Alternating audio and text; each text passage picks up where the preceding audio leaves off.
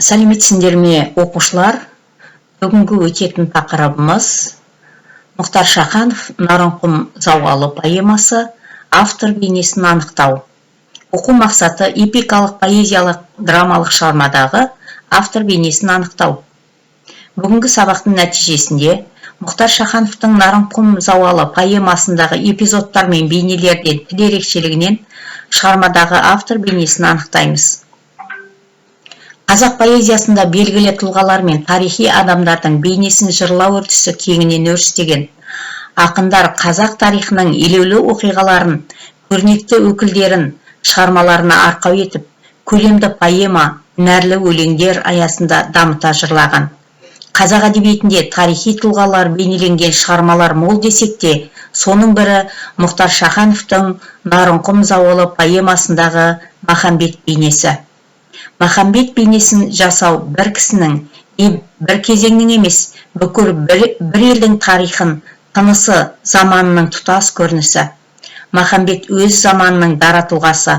Оның бейнесін жасау ұлт өмірімен, ұлттық ой санамен үндесіп жатуы заңды. Мұхтар Шахановтың Нарынқұм зауалы шығармасында автордың ерекшелігі.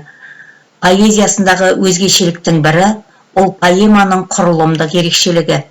Өйткені Мұхтар Шахановтың айтары бөлек, үлгісі өзгеше, мақамы басқа туындыларды кеңінен жазып, мектеп оқушыларына отты жырларын ұсынып келеді.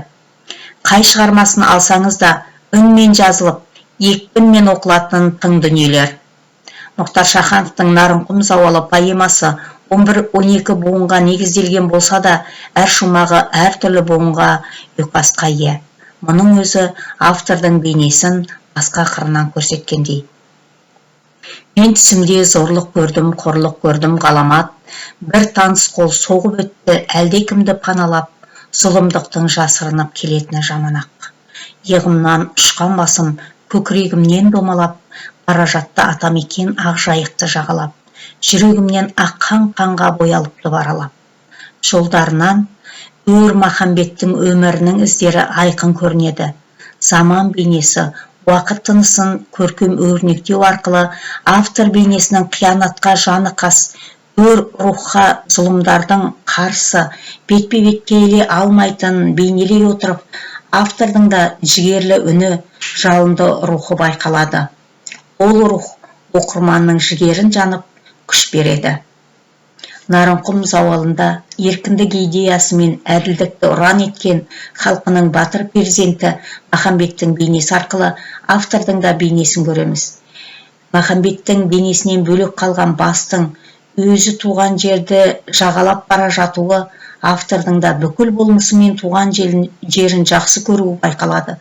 Еркіндік пен елдікті аңсаған ұлттық құндылық, дала заңын пір тұтқан кейіпкердің бейнесі арқылы автор бейнесі, автордың тазалықты, әділдікті жақтайтын асқақ үні көрінеді.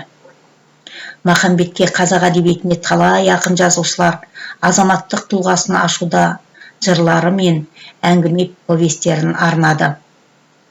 Махамбеттің қазақ әдебиетінде өнері мен мәдениетіне өшпес із қалдырғанының белгісі.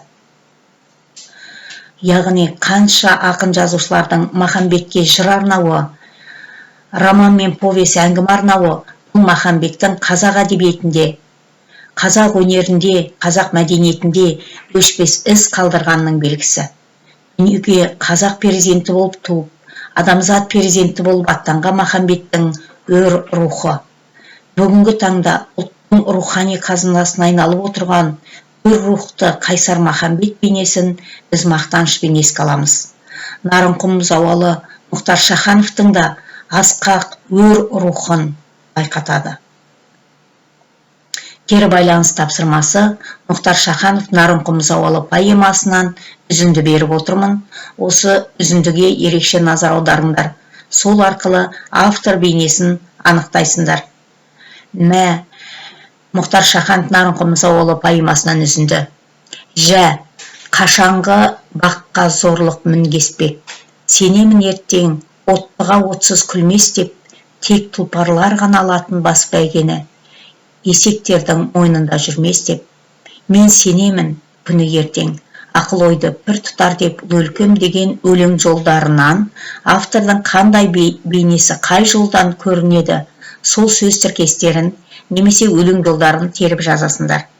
Кері байланыстың тапсырмасын күнделік кезет немесе электронды почта WhatsApp желісі арқылы жібересіңдер. Үй тапсырмасы өлең жолынан автордың бейнесін анықтау, сол тіркестер мен өлең жолдарын жазу. Сабақ аяқталды балалар, сау саламатта болыңдар.